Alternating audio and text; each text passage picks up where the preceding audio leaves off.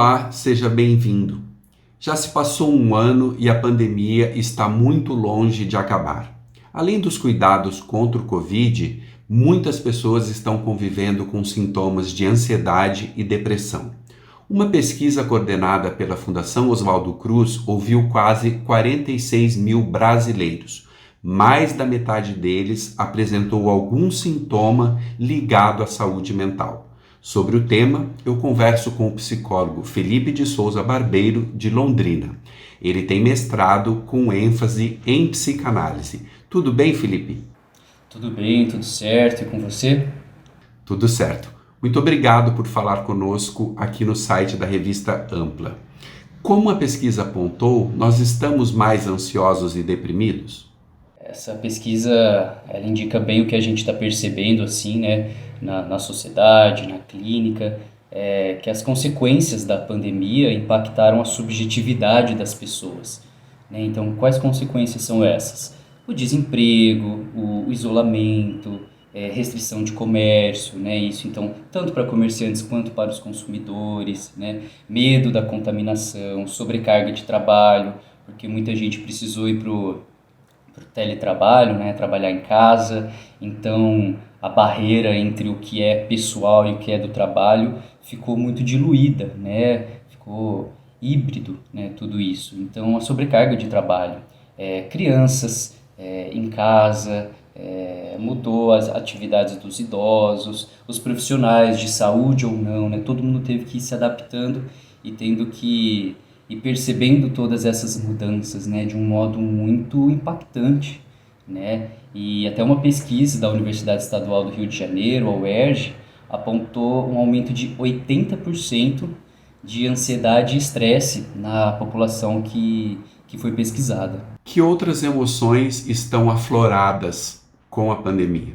No começo, houve um medo muito grande, né? As pessoas respeitavam mais o distanciamento, mas parecia existir uma esperança, né, de que esse período, né, de distanciamento, de isolamento, seria menor, né? Então eu acho que todo mundo estava um pouco mais disposto a isso, né? Acho que esse medo percebido do que será que está acontecendo, havia poucas pesquisas ainda, né? Acho que a gente não sabia muito o que estava acontecendo, mas eu percebi que existia essa tendência a achar que não, logo vai passar. Depois, né, com os números de morte aumentando, foi constatado um mecanismo de defesa muito comum, né, e muito primitivo, né, que a gente tem desde criança, que é a negação, né? Então, pessoas que negam o vírus, não se cuidam, porque não existe, não é tão ruim assim. Isso, né, acho que é um mecanismo de defesa, a negação, né? É para proteger o ego, né? Então, é compreensível isso, né? E atualmente, né, percebo um medo muito maior, provavelmente devido ao aumento da média móvel de morte, né? Então, são comuns narrativas na clínica de muita angústia gerada por toda essa situação. A gente tem percebido nos últimos dias que o aumento, como você falou, na média diária de mortes. Mas, paradoxalmente, parece que a sociedade, de uma maneira geral, não está sensibilizada com isso. O que está provocando essa letargia, essa sensação de que está tudo bem? A gente observa muito isso, né? E é interessante isso que você disse, porque, pelo menos na minha prática da clínica, eu percebo que há 2 semanas mais ou menos, né, as pessoas começaram a se preocupar um pouco mais. Pessoas que vinham relatando uma vida praticamente normal, vendo bastantes pessoas, viajando, agora estão com esse medo, né? Eu acho que agora que tem quase 3 mil pessoas morrendo por dia, pelo menos até a data de hoje, os dados que nós temos até então, intensificaram isso. E aí quando você me diz, né, de parecer que a vida está normal e tudo mais, parece que essa negação, juntamente com esse desejo de que a vida estivesse normal mesmo, né? Então eu desejo tanto isso, né, sem perceber, inconscientemente, né, que eu tento tomar uma vida normal, né? Então tudo bem sair, tudo bem não usar máscara ou usá-la incorretamente, né? Então eu acho que o impacto é tão grande, né? O medo é tão grande, a angústia é tão grande, que esse desejo tamanho de que a vida voltasse ao normal é tomada como verdadeira, né? Então a gente está lidando aí com uma fantasia, né? Claro que isso é incontrolável, é inconsciente, não é uma escolha da pessoa, né? Mas acaba gerando alguns impactos, né? Porque a gente está se tratando de um vírus, né? Que passa um para o outro, ou seja, cada um se cuidar também é cuidar do próximo. Na média, quais são as principais queixas que você tem ouvido no seu consultório em relação à pandemia? Atualmente, todas as queixas me parecem estarem em relação, alguma relação com a pandemia, né? Então, assim, infelizmente, eu percebi muitas pessoas com ideações suicidas, né, que estão buscando a psicoterapia por questões de suicídio, né? Então, infelizmente foi frequente assim em algumas triagens ouvir, ó, estou aqui porque eu estou pensando em me matar, essa daqui é a minha última opção, né? Eu me dei essa chance aqui, então vou tentar fazer psicoterapia para não me matar. Então, pessoas que buscaram diretamente a isso, né, para isso. E a literatura científica já indica há um tempo uma tendência de crescimento de suicídios em situações de crise. E a pandemia, né, como a gente estava falando, já dura um ano e está longe de acabar, né? As notícias não são animadoras, não causam esperança, né? Estamos longe da vacinação em massa no Brasil, então é importante ressaltar que o suicídio é multifatorial, né? Então depende de muitas razões. E além disso, muita queixa de insônia, de medo, de pânico, abuso de substâncias, sejam lícitas ou ilícitas, né? Então incluindo medicamentos controlados, sintomas físicos como taquicardia, sudorese, tremores e muitos sentimentos depressivos.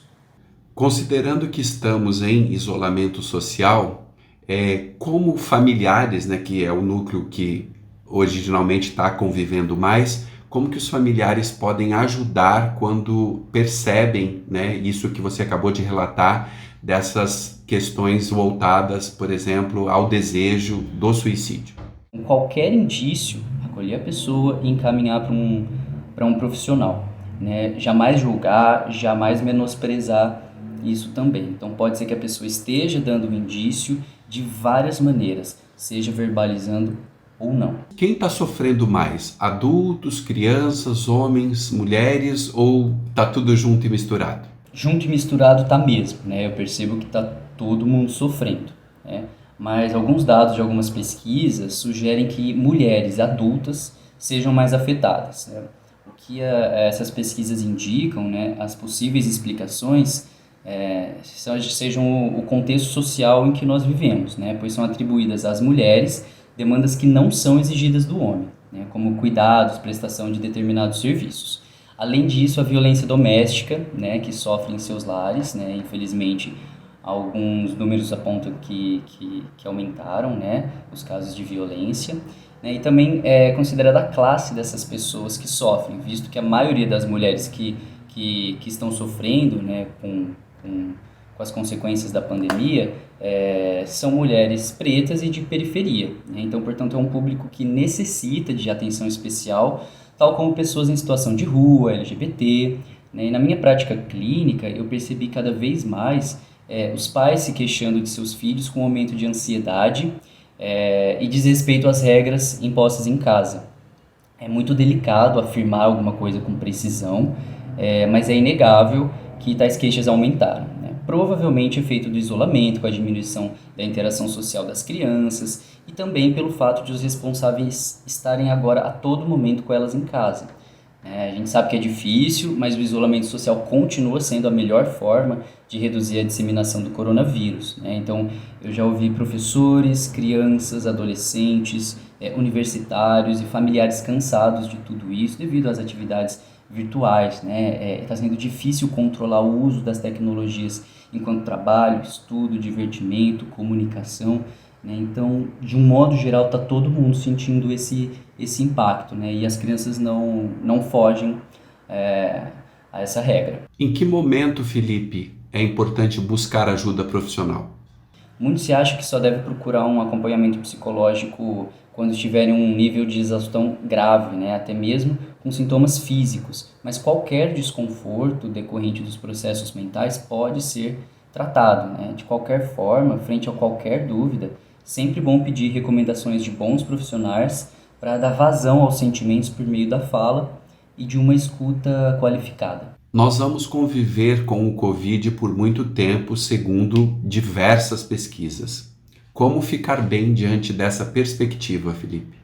Eu creio que seja muito particular, né, de cada um, mas vale destacar algumas atividades, né, que além de terem eficácia científica, eu ouço dos meus pacientes, né, alguns resgataram atividades que costumavam fazer e por falta de tempo deixaram de lado, a importância de se informar por meios seguros sobre os acontecimentos, mas dedicar um horário específico a isso, pois estamos sendo bombardeados de notícias tristes, né, diariamente, o que pode aumentar algum desconforto emocional.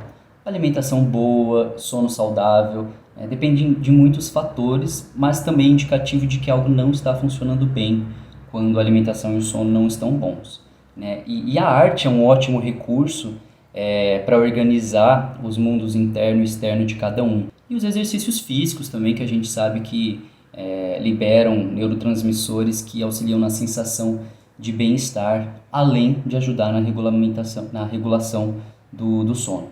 Apesar de todas as dificuldades, é importante que cada um cuide de si o melhor possível, é isso?